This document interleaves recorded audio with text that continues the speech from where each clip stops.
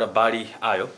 यो बाढी तपाईहरुले यो मेलम्चीको कुनै इतिहासमा कुनै क्षणमा कहिले यसरी यो खालको घटना सहनु पर्ला, देख्नु पर्ला, सुन्नु पर्ला भन्ने कहिले महसुस गर्नु भएको थियो थिएन? मैले यहीँबाट अलिकति सुरु गरेँ सर। अब मेलम्ची र इन्द्रावती नदी को हामीले मेलम्ची नगरपालिकाले हामी निर्वाचित भएर आइसकेपछि यसको 100 वर्षको हिस्ट्री हामीले त्यो हामीसँग अहिले पनि सुरक्षित छ। हजुर। र त्यो कुरालाई हेर्दाखेरि हामीले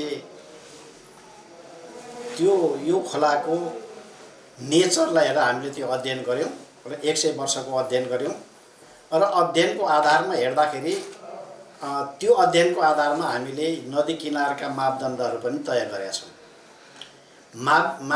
नदी किनारका मापदण्ड चाहिँ नि त्यसले चाहिँ त्यो अध्ययनको आधारमा कति मिटर मापदण्ड राख्दा हुन्छ भन्ने आधारमा हामीले त्यो अध्ययन गरेका छौं र त्यो अध्ययनको आधारमा हामीले मापदण्ड जुन राख्यौं त्यो अहिले फेल भयो।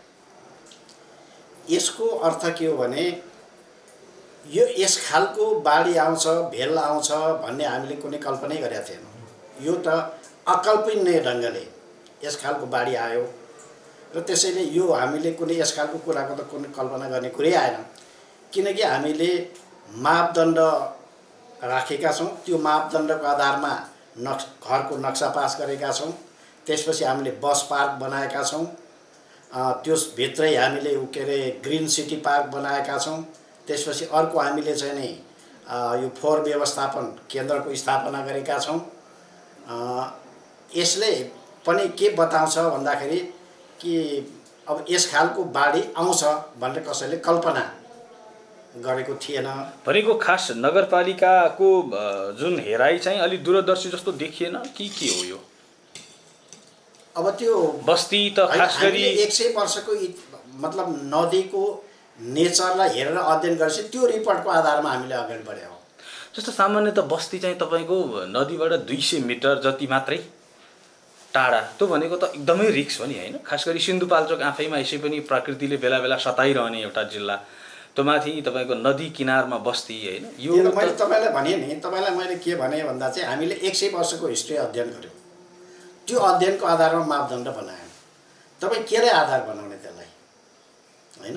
त्यसमाको हुनाले हामीले त्यो कुरा मतलब मैले भने हैन, त्यो चाहिँ प्राविधिकहरूले त्यसको अध्ययन गरेर उहाँहरुको रिपोर्टको आधारमा हामीले अगाडि बढाएको हो र त्यो कुरा गरे हो। र अहिले जति पनि घरहरू डुबानमा परेका छन्, कतिपय घरहरू मापदण्ड विपरीत छन्, ती नक्सा पास भएका छैनन्। त्यसैले अहिले पनि नक्सा पासको प्रक्रियामा उनीहरू आएको तर नक्सा पास नभएको तर खुरखुर घर बनाएको पनि स्थिति छ। अब त्यसले अब वहाँ त्यहाँ गएर घरै नबनाऊ भनेर हामीले रोक्ने त्यसकालको परिस्थिति भएन, किनभने हामीले भूकम्प पछि हामी निर्वाचित भयौं र जसै भए पनि छिटोभन्दा छिटो घरवास बन्नुपर्छ भन्ने हाम्रो नीति रह्यो। त्यसैले हामीले वडामा पनि यो नक्सा पास नगरिकन नक्सा पासबाट आउने पैसालाई पनि निशुल्क गरेर हामीले मेलम्ची नगरपालिकाका घरहरू बनाएका छौं। जस्तो सर, अब यो मेलम्चीले अहिले जुन खालको मंगलबार रातिको बाढीदेखि अहिलेसम्मको स्थितिमा आइपुग्दा हामीले के कति क्षति भएको आकलन गरेका छौं? पूर्ण विवरण संकलन हुन बाँकी होला, के कति क्षतिको आकलन गरेका छौं सर? अब यो अहिले नै अब यो क्षतिको कुरा गर्दाखेरि हामीले यसलाई अलिकति मसिनै ढंगले कुरा गर्नुपर्छ कि अहिले हाम्रा चाहिँ घरहरू डुबेका छन्, घरहरू बगाएका छन्, कोठहरू बगाएका छन्, डुबेका छन्। मेलम्ची नगरपालिकाले बनाएका संरचनाहरू सबै ध्वस्त भएका छन्। त यसैले अहिले ठ्याक्कै यति भन्न सकिने अवस्था छैन। त्यसैले अहिले हामीले प्रथम चरणमा हामीले त्यो तथ्याङ्क सङ्कलन गर्दै छौं। त्यो तथ्याङ्क सङ्कलन गर्दै छौं र कम्तीमा पनि अहिले हामी मतलब त्यसको संख्या, मानिसहरूको संख्या कति छ, त्यसै त्यो कति परिवारका छन्, कति परिवार छन्, त्यसपछि चाहिँ नि आफ्नो घर भएका कति छन्, त्यसपछि डेरामा बस्ने कति छन्, अनि त्यसपछि उनीहरूको घरभित्र के सामान थियो, के नोक्सान भयो, यस हिसाबले हामी चाहिँ अहिले यो अध्ययन गर्दैछौँ। अब त्यसैले यो अध्ययन सकिसकेपछि हामी त्यसपछि यसको चाहिँ यकिन भन्न सक्ने स्थितिमा पुग्न सक्छौँ। र त्यही पनि यो पहिलो चरणको हाम्रो जुन तथ्याङ्क सङ्कलन गर्दैछौँ, यो तथ्याङ्क अहिले पनि हाम्रो जमिनको हिसाबले कति नोक्सानी भयो भन्ने त्यो जमिनको अहिले पनि हाम्रो हिसाब आउँदैन। त्यो दोस्रो चरणमा हामी त्यो जमिन कसको कति जमिन नोक्सान भएको छ त्यो तथ्याङ्क हामी दोस्रो चरणमा लिन्छौँ। भनेको करिब यसलाई आर्थिक रूपमा पैसामा रूपान्तरण गर्ने भने अरबौँको क्षति भयो। अरबौँको क्षति भएको छ, अरबौँको क्षति। जमिन कति जति गयो, कटान भयो, केही अनुमान गर्न सकिने स्थिति छ? किनभने तपाईँले त यो त वर्षौँदेखि देख्दै आएको भूगोल हो। अब मेलम्ची नगरपालिकामा जस्तो हामीले भन्दाखेरि जति अहिले नोक्सान भएको छ, नोक्सानको हिसाबले भनेको त झन्डै हाम्रो जमिनको नोक्सानी भनेको त झन्डै 10,000 रोपनी जति नोक्सान भएको होला। यो मेलम्ची नगरपालिकाभित्रको कुरा गर्दाखेरि खास गरी यो मेलम्ची र इन्द्रावतीको नदी किनारका भएका जस्तो एकै ठाउँमा हाम्रो त एकै ठाउँमा नोक्सानी भएको एउटै प्लटमा हुने भने 1,000 रोपनीसम्म पनि भएको छ, नोक्सानी भएको छ। जस्तो हामीले तल 13 नम्बर वडामा एउटा सामूहिक खेती सुरु गरेका छौँ। त्यहाँ चाहिँ यो पटक हामीले त्यो बाँध पनि लगाउने र त्यहाँ चाहिँ सामूहिक खेती पनि सुरु गरेको, त्यो पनि अहिले त्यो डुबानमा परेको छ। यसो गर्दाखेरि चाहिँ हामीसँग धेरै जमिन नोक्सानी भएको छ। घरहरूका हिसाबले चाहिँ कति जति छन्, केही अलिकति अनुमान? अब घरहरूको हिसाबले चाहिँ अब सबभन्दा धेरै अहिले घरहरू चाहिँ अब डुबानमा परेको घरहरू चाहिँ हाम्रो चाहिँ नि अहिले 150 घरहरू होला भन्ने अनुमान गर्न सकिन्छ। अहिले कतिपय अलिक कच्ची घर र टहराहरू पनि बगाए भन्ने सुनियो, त्यो चाहिँ कति छन्? टहराहरू बगाएको छ, टहराहरू बगाएको छ। टहरा मात्रै होइन कि जस्तो हाम्रो त के भन्छ त्यो खेल्ने त्यो के अरे कबड हल हाम्रो बन्दै थियो, निर्माणको क्रममा थियो, त्यो पनि लगेको छ। त्यसपछि त्यहाँ भएका अरू अन्य संरचनाहरू पनि जस्तो हामीले भनौँ न मान्छे पोल्नको निम्ति त्यो घाट बनाउने होइन, त्यो पनि सबै लगेको छ। त्यो देख्न सकिने अवस्थामै छैन। जस्तो यो हेर्दाखेरि त एक प्रकारले बस्ती पुरै बगर भयो होइन? अहिले त त्यही देखिन्छ। अब यो पुनः प्रयोग गर्न सकिने अवस्थाको बन्न सक्छ नि घरहरू? के अनुमान गर्नुभएको छ? यसलाई अब मैले के भन्छु भन्दाखेरि हामी यसको चाहिँ नि जुन पहिले हामीले 100 वर्षसम्मको नदीको प्रकृति के थियो भन्ने अध्ययन गऱ्यौँ र त्यो अहिले आउँदाखेरि त्यो चाहिँ प्राविधिकहरूले विज्ञहरूले नै अध्ययन गरेको हो। त्यो चाहिँ अहिले हाम्रो हेर्दाखेरि त्यो फेल भएको छ र त्यो हेर्दाखेरि यो चाहिँ अब यो कुनै यो अकल्पनीय ढङ्गले यो आएको छ। त्यसैले यसमा अब हामीले जुन खालको मापदण्ड अहिले अपनाइरहेका छौँ त्यो मापदण्डलाई अब हामीले परिवर्तन गर्नुपर्छ र त्यस परिवर्तन गर्नुपर्छ। त्यो भनेको चाहिँ नदी किनारमा रहेको जुन अहिले बस्ती छ, खास गरी नयाँ बस्ती भनेर चिनिएको बस्ती, त्यो बस्ती अब क्लियर हुन्छ, त्यहाँबाट हट्छ टोटल के हुन्छ? होइन, हामी त्यो मापदण्ड बनाउँछौँ र मापदण्डको आधारमा हामी अगाडि जान्छौँ। अब पहिलो चरणमा चाहिँ बाढी नाउँ प्राकृतिक विपत्ति आइसक्यो, तपाईँहरूको प्रथम योजना चाहिँ के हो? अब यो उद्धार त चलिहाल्छ, उद्धार त सकियो, त्यसपछि हामी पहिलो कुरा हामी उद्धारकै अहिले चाहिँ उद्धारकै चरणमा छौँ। अहिले चाहिँ उद्धारकै काम सकिएको छैन र सबभन्दा पहिलो कुरा उहाँहरूलाई चाहिँ सुरक्षित राख्ने, अहिले तत्कालका निम्ति सुरक्षित राखिसकेपछि उहाँहरूलाई घाँसबासको व्यवस्था गर्ने, अहिले अस्थायी ढङ्गले, त्यसपछि क्रमशः हामी उहाँहरूलाई पुनर्स्थापित गर्नको निम्ति पुनर्वासको निम्ति पनि त्यो कुरा हामी अगाडि बढ्छौँ।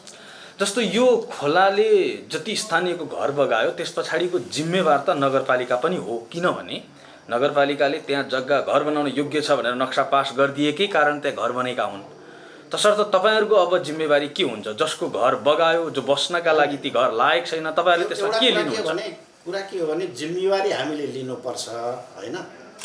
तर हामीले जति पनि घरहरू अहिले डुबेका छन् ती डुबेका घरहरू चाहिँ नि नक्सा पास भएर बनेका छैन। भनेको सबै अवैध थिए। अब अहिले अवैध त त्यसरी शब्द त प्रयोग नगरौँ, त्यसरी गर्नु हुँदैन, किनभने जनताले बनाएको घर हो।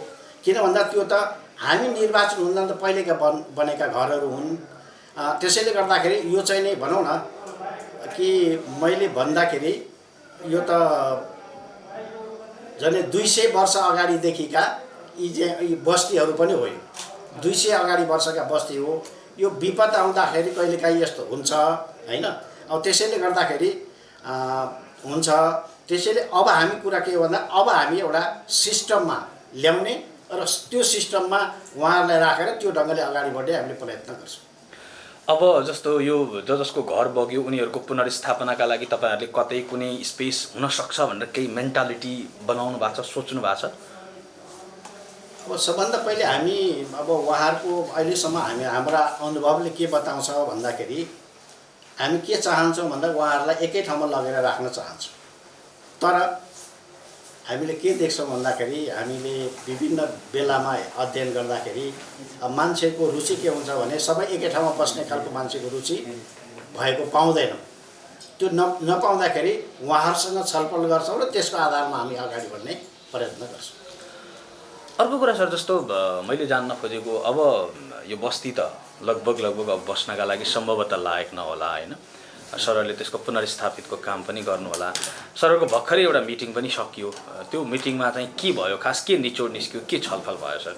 होइन, अहिलेको हाम्रो मिटिङ भनेको विपद व्यवस्थापन समितिको मिटिङ हो र खास गरी अहिले हामी अब राहत मतलब विपदमा परेकाहरू जो विस्थापनमा परेकाहरूलाई कहाँ राख्ने, कसरी राख्ने, त्यो कुराका निम्ति हामीले अहिले बैठक गरेका छौँ र त्यसपछि त्यसबाट यो बैठकको माध्यमबाट हामीले एउटा तथ्याङ्क सङ्कलन गर्नको निम्ति टोली बनाएका छौँ, प्राविधिक सहितको टोली। त्यो टोलीमा चाहिँ प्रहरी पनि हुने गरी हामीले त्यो टोली बनाएका छौँ, त्यसले त्यो कुरा सङ्कलन गर्छ। र त्यो सँगसँगै हामीले यति बेला मेलम्चीमा बिजुली छैन, बिजुली यसलाई रिचार्ज गर्नको निम्ति पनि हामीले सबैतिर आग्रह गर्ने कुरा गरेका छौँ।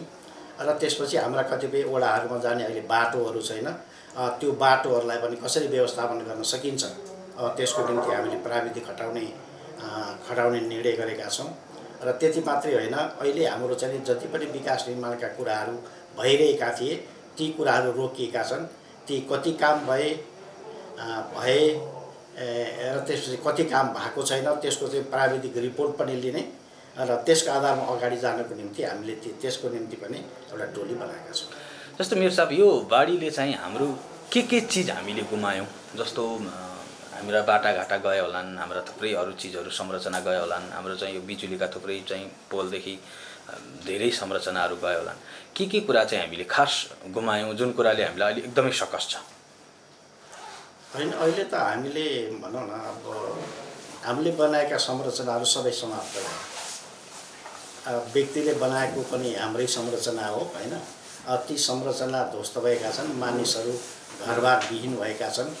अब योभन्दा दुःखद अर्को के कुरा हुन्छ? यहाँबाट हेलम्बु जाने बाटो टोटल बन्द भएको रहेछ र कतिपय वडा त न सञ्चार, न बिजुली, न जाने बाटो, त्यस्तो स्थितिमा रहेछ। ती वडाहरूको स्थिति के छ, तपाईँले केही बुझ्नु भएको छ यहाँबाट हाम्रो मेलम्चीसँग जोडिने चाहिँ? होइन, अब त्यहाँ त यहाँभन्दा धेरै बिचल्ली छ। त्यहाँ यति बेला बिजुली पनि छैन। कुन वडा हुन् जुन चाहिँ त्यस्तो अवस्थामा छन्? अब अहिले भनौँ न, अब सडकको हिसाबले त सबै ठप्प भएका छन्। मेलम्ची नगरपालिकामा सडकको हिसाबले 5वटा वडा सडकको हिसाबले सम्पर्कविहीन भएको छ। कुन सर? हाम्रो चाहिँ नै मेलम्ची नगरपालिकाको 6 नम्बर, 7 नम्बर, 8 नम्बर र 9 नम्बर र 10 नम्बर, यो पारी बेग र यतापट्टिको यो माथिल्लो 5वटा वडा सम्पर्कविहीन भएको छ। त्यसपछि हेलम्बु पुरै सम्पर्क विच्छेद भएको छ। त्यसपछि 5 दुईवटा पालिका र त्यसपछि हाम्रो मेलम्ची नगरपालिकाको 5वटा वडा। र अहिले अब एउटा चाहिँ खास गरी यो 2टा वडाका निम्ति चाहिँ सडक सम्पर्क बढाउनको निम्ति जस्तो बाहुनेपाटीमा एउटा पुल बनिरहेको छ। त्यसलाई चाहिँ अलिकति अब मैले प्राविधिकहरूलाई पनि गएर हेर्न भनेको छु। समस्या के छ, खोला बाढी आइरहेको छ, खोलाले ती हानेको छ। त्यसरी त्यहाँ जानु हुन्छ कि हुँदैन, प्राविधिक हिसाबले अध्ययन गरेर रिपोर्ट ल्याउने हुनसक्छ भने 2टा वडाको निम्ति त्यो पुलबाट हामीले गाडी लग्यो भनेदेखि अहिलेको कतिपय समस्या समाधान गर्न सकिन्छ भनेर हामीले त्यो कुरा गरेका छौँ। जस्तो कतिपय ठाउँमा चाहिँ ती वडा, अझ भनौँ त्यो हेलम्बु गाउँपालिकातिरको कुराकानी गर्ने हो भने त्यहाँ चाहिँ अब यस्तै 2-4 दिन रहने हो भने त त्यहाँ त फेरि खानाकै लागि पनि समस्या होला कि, त्यस्ता खालका केही कुराहरू तपाईँहरू बिच, अध्यक्ष मेयर बिच केही सल्लाह साहब केही कुरा भएको छ?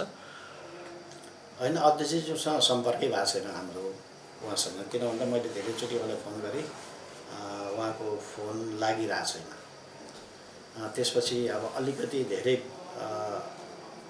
समस्या भएको हेलम्बुमा हो र पाँच पोखरीमा सडकको सम्बन्ध विच्छेद भएको भए पनि धेरै अहिले चाहिँ विस्थापनको समस्या अलिक कम छ त्यहाँ त्यसकालको स्थिति छ।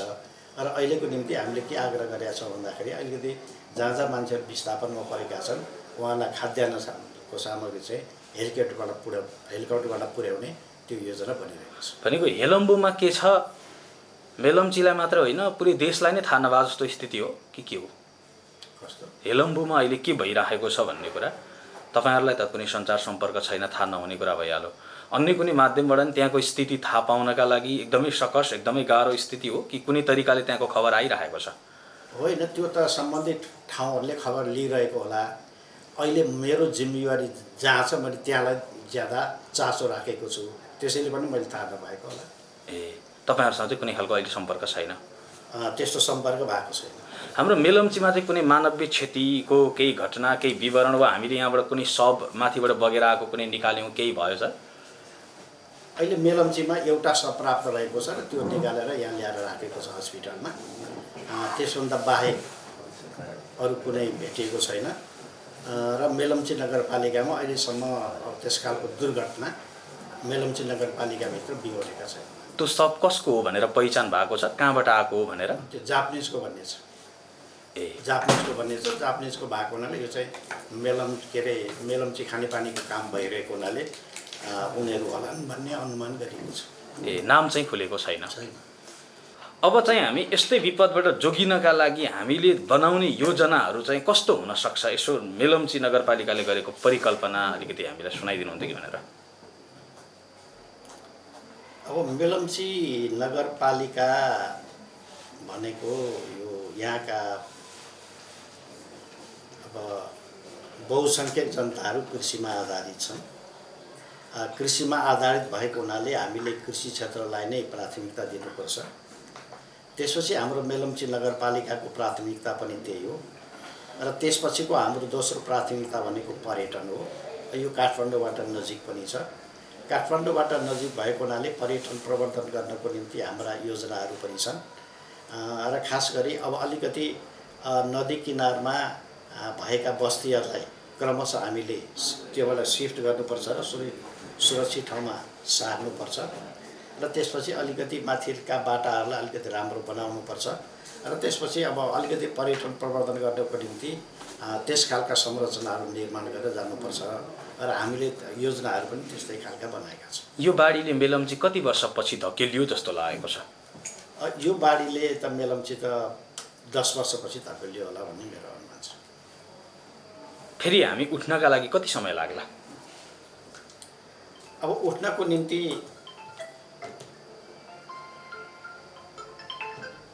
समय लाग्छ। हामीलाई अलिकति हो भने यसलाई कम्तीमा यसलाई ठिक ढङ्गले अब यो जस्ताको तस्तै भन्ने भन्दा पनि यसलाई भनौँ न हाम्रो नीति नियममा नै यसमा परिवर्तन गर्नुपर्छ। किन भन्दा चाहिँ हाम्रा चाहिँ नदी किनारका मापदण्डहरू, सडकका मापदण्डहरू यसलाई व्यवस्थित गरिसकेपछि हामी चाहिँ यो चाहिँ कम्तीमा भने 5 वर्षमा यसलाई व्यवस्थित गर्छौँ होला जस्तो मलाई लाग्छ। जस तपाईँहरूको निष्कर्ष चाहिँ हामीले जे योजना बनाएको थियौँ त्यो चाहिँ गलत रहेछ भन्ने चाहिँ निस्कियो अहिले चाहिँ? अब एउटा कुरा परिणामले त त्यो भन्नुपर्छ, तर तपाईँ यो त विपदको कुरा हो नि। यो चाहिँ नै मानवीय कुरा पनि होइन, यो कल्पना गरे पनि कुरा होइन। किन भन्दा हिस्ट्रीले पनि हामीलाई यत्रो कुरा चाहिँ यो नदीमा भएको छ भनेर बताउँदैन। अब त्यसैले म त्यसरी चाहिँ नि म भन्दिनँ। अब तर यो विपदसँग त कसो के लाग्छ? तर अब सच्याउनुपर्छ भन्ने चाहिँ छ। विपदसँग के लाग्छ त्यो त? अनि तर एउटा कुरा के हो भने त्यसको नि बनाउने हो भने त्यही ढङ्गले त्यही खालको सुरक्षा चाहियो। तपाईँ कुरा गर्दाखेरि तपाईँ मेलम्चीको पानी काठमाडौँ गइरहेको छ। हिजो अस्ति 1 गतेदेखि गएको छैन सायद। तर तपाईँ आज के भयो भन्दा चाहिँ मेलम्चीमा जुन ड्याम, खानेपानीले जुन ड्याम बनाएको छ त्यो अहिले केही पनि छैन। अब स्थिति यस्तो छ कि यसैले पनि के भन्न सकिन्छ भन्दाखेरि त्यो भनेको त कति वर्षको निम्ति बनाएको थियो होइन नि। अनि त्यसैले गर्दाखेरि भनेको मेलम्चीको ड्याम पूर्ण रूपमा त्यहाँको क्षति भयो भन्ने कुरै आइरहेको छ। सम्पूर्ण रूपले क्षति। सर त्यहाँ कुनै निरीक्षणका लागि म त पुगेको छैन, मैले भ्याएको छैन, मैले जानुपर्छ होइन। तर अहिले चाहिँ नि जस्तो हेलिकप्टरमा जानेहरूले पनि त्यहाँ देख्ने मान्छेहरूले पनि त्यही भनिरहेछ। भनेको अब मेलम्चीको पानी काठमाडौँ जाँदैन यसको मतलब? जाँदैन होइन, त्यो बनाउनु पर्ला। लामो समय लाग्छ। त्यो अलिकति नबनाइकन यति त्यो जाँदैन। र त्यसपछि अर्को चाहिँ के छ भन्दाखेरि यदि जुन एउटा यो चाहिँ अलिकति अध्ययन पनि गर्नुपर्छ, मैले भनिराखौँ भन्ने मात्रै कुरा हो। यदि चाहिँ नि मेलम्चीको पानी अस्ति 1 गतेबाट त्यो पानी काठमाडौँ लगेको पानी पुरा यता फर्काइयो होइन, यता फर्काउने कारणले पनि अब भनौँ न यो पानीको बहावलाई त्यसले पनि अलिकति बढाउनको निम्ति मद्दत चाहिँ गरेछ। भनेको क्षति मेलम्ची खानेपानी आयोजनाको कारणले पनि बढी भयो भन्ने? केही बढी भएको हुनसक्छ भन्ने लाग्छ। किन भन्दाखेरि चाहिँ अब हुन त मेलम्चीले त्यही दिन निर्णय गरेर फर्काएको चाहिँ होइन, त्यो काकताली पनि परेको हुनसक्छ होइन।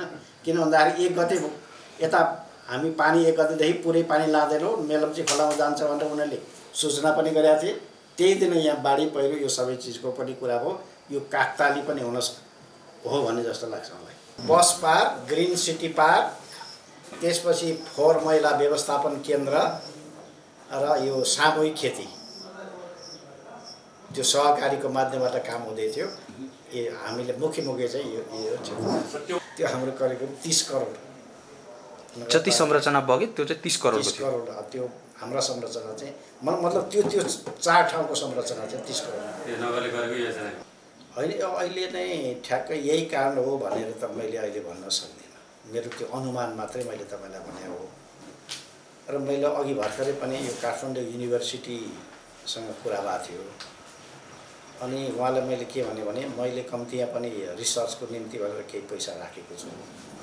तपाईँहरूसँग त्यो म्यान पावर छ, तपाईँले कन्सेसनमा कम्तीमा पनि मेरो भूगोलमा नभए पनि यो किन यो बाढी आयो र यो कसरी आयो यो तपाईँहरूले चाहिँ यो अध्ययन गरिदिनु पऱ्यो भनेर मैले भनेको छु। त्यसैले म चाहिँ के भने अध्ययन गरेको रिपोर्टको आधारमा बोल्नुपर्छ र भन्नुपर्छ। अनुमान त मैले अघि नै भने, अनुमान त कहिलेकाहीँ 100% फेल हुन सक्छ।